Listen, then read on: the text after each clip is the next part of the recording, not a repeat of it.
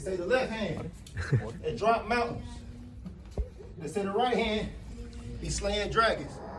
The untouchable True School Sports Empire, and y'all know the rest, man. Now listen, I'm getting my day started off here in Vegas. It's another beautiful morning here in Las Vegas. But I wanted to come get my thoughts about Najee Lopez and Manuel Gallegos last night. You know, I didn't get a chance to watch the fight live because I was doing my road work with Angelo Lee. I was getting in shape. I was doing what we got to do out here. But I just had a chance to watch it. Shout out to Najee Lopez, you know, and Manuel Gallegos for putting on just an absolutely barn burner of a fight, a great fight, an amazing fight, an unforgettable fight. Najee Lopez winds up winning by 8th round stoppage, and you know, he answered a lot of questions in this fight to a lot of people. Now, I'll just be honest. For me personally, Najee Lopez didn't really answer any questions with me because I've always been bullish on Najee Lopez. I've always thought high on Najee Lopez ever since March of 2019 when I first seen him walk through the doors of Stacey McKinley's gym in South Florida and beat up on heavyweights when he was a kid, when he didn't have no facial hair, when he had the whole Cam Newton shit going on with his hair, you know. I've always been high on Najee Lopez, right? So that being said, I'm not shocked that, you know, he had a fight like this. It wasn't his first time having a fight like this in his professional career. He had a fight early on in his career with Kalani Wheeler, where he was hurt and he had been put in some vulnerable positions. But overall, a really good test. You know, Gallegos is a tough, strong Mexican fighter. You know, he's been in there with guys like Diego Pacheco. He's been in there with guys like Khalil Cole, Kevin Newman, and even beat some of these guys. So he's showing himself to be at a pretty solid level. But yeah, Gallegos has shown himself to be at a pretty good level. You know, he's a legitimate puncher. He's proven he's dangerous. And if you go and you watch the fight, the ring was really small. You know, the fight was over there in Kissimmee. Was Probox TV. I believe it was co-promoted by All Star Boxing. And a lot of times with those All Star Boxing cards, like those Telemundo, Solo Boxeo cards, them type of things, the rings are really small.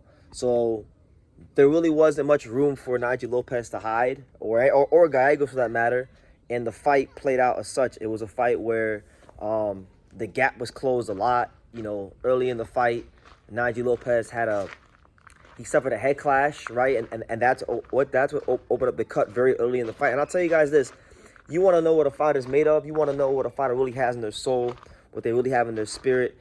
Let them get a cut in the first couple rounds, and you're going to see what's in their soul and their spirit. And we got a deep look into what was really in the soul of Najee Lopez. Now, I don't think, like, people are making it sound like it was this like super close fight. Gallegos was in the fight. He was dangerous throughout the fight. I don't want to downplay Gallegos. However, Najee Lopez outlanded him damn near in every round.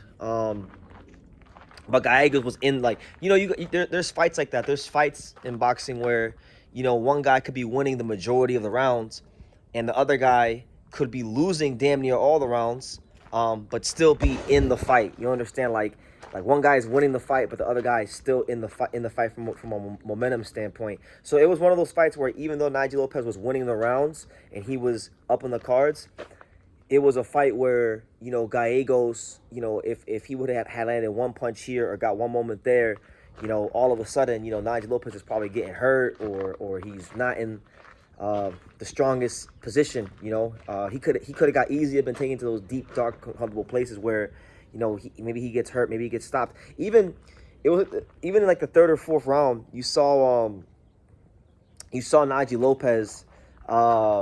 The cut opened up so much that it got to a point where they might have stopped the fight right then and there on cuts. And the fight could have been ruled a no contest. So it was a fight that had a lot of ebbs and flows. Definitely one of the best fights in the first quarter of this year. And just an overall statement performance of Najee Lopez, right? Definitely want to see Najee Lopez not get in so many wars, though, because, I mean, he's a fun fighter. I love him. I've always loved Najee. I love his style. You know, I remember the first time I interviewed him back in 2019.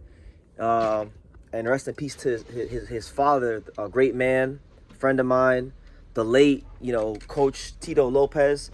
Remember, he sat down and he told me that Najee reminded him a lot of his favorite fighter, Julian Jackson. And Julian Jackson was a seek and destroy fighter.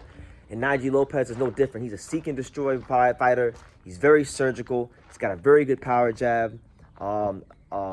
Loves to go to the body. He's not afraid to get in the kitchen. He's not afraid to go to the fire. And this fight let the whole world know if there was any doubts about Najee Lopez, you can now take him that much more serious as a top legitimate contender in the light heavyweight division. And a guy that, like, I felt this way, guys, not just for the last year, not just for the last 2 years, but I'm talking about since 2019, before you guys even knew who Najee Lopez was, before COVID, while his father was still here, when he was still like a kid.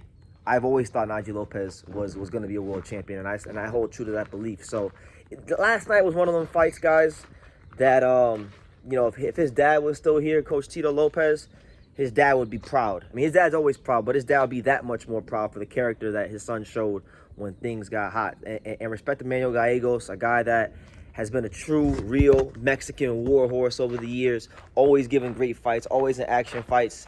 And I don't care who it is, from 168 to 175. You want a real fight, you want a real test, you step into the plate and you get in the ring with Manuel Gallegos. So as far as Najee Lopez, what I'll say for Najee, what could be next for him? Because there's a lot of good options in the light heavyweight division.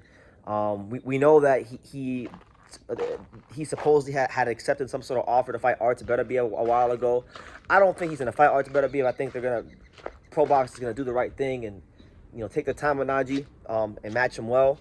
So a couple options come to mind when I think about what could be next for Najee Lopez, because I think now he needs a recognized, credible top 10 name in the division. He's earned that much. So I'm looking at guys like, a guy like Khalil Cole, a guy who didn't look so great his last fight, a guy that I think Najee Lopez will beat the shit out of, right, honestly, because Khalil Cole doesn't take boxing serious. They have the common opponent with Gallegos. I like that fight for him. If not that fight, then I would like to see Najee Lopez fight like a former world champion. Like, I would like to see Najee Lopez fight Joshua Buatsi, a guy that hasn't really lived up to his potential in the pros, a guy that has a lot of Olympic experience. If you could beat a guy like him, that puts you right in line for a world title shot, because Buatsi is one of the highest ranked fighters in the division who hasn't been champion. So I like that fight for him. If he can't get that fight, if I could just make a suggestion, like if I was the commissioner of boxing and you say, BT, you can make one fight for Najee Lopez, the fight you want to see next. No politics, no promoters getting in the way. You get to pick the fight. If I get to pick the fight, I want Najee Lopez to fight Atif Overton. I would love that fight. I would pay my hard-earned money for that fight. I'm a big fan of both guys, and those are both fighters from America that I think have the goods to potentially be future world champions of the light heavyweight division. But I would like to see them fight. They're both ranked in and around of each other. I would love that fight. I would love to see, just the power punching styles of both men. I think Najee's more of a seek and destroy guy. I feel like Atif is a bit more slick, but he does let his hands go. I think that'd be a great fight. And if Zuffa Boxing was ever willing to work with Probox, which I highly doubt, but if they were, I would love to see Najee Lopez fight Umar Demjekov, the guy that just had that highlight reel knockout against Ahmed Albiali. That would be a great fight too. So, I mean, you got Imam Katayev, who's also been a really top fighter in this division, who a lot of people thought beat Dan Morrell. You got Dan Morrell Jr. I know he's fighting Callum Smith. Maybe Najee can go get the Callum Smith Dan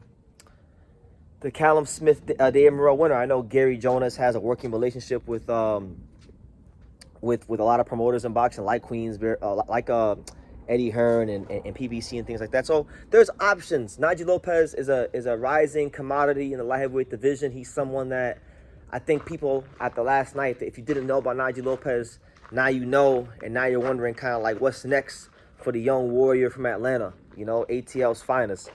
So that's my thoughts on the fight. Great fight, another Probox TV classic. Shout out to the fine folks at Probox. And yeah, what do you guys think? What say you? What do the fine fans of boxing say about Najee Lopez versus Manuel Gallegos last night? Let me know in the comment section down below. Who do you want to see Najee fight? And make sure you guys take time to subscribe. And like I say in every single one of these videos, you can love me or you can hate me, but I'm just a kid from Daniel. So until next time, take care, guys. Thank you for watching True School Sports. Thank you for watching another video on the untouchable True School Sports empire, the home of boxing. We're on the road to 100,000 subscribers, guys. So help us keep being great. Help us keep pushing out that real boxing content for the fine folks all around the world. And make sure you jab, you hook, you Mike Tyson, you Mayweather that subscribe button. Pops, show them how do they gotta hit the subscribe button. Pop, pop, pop.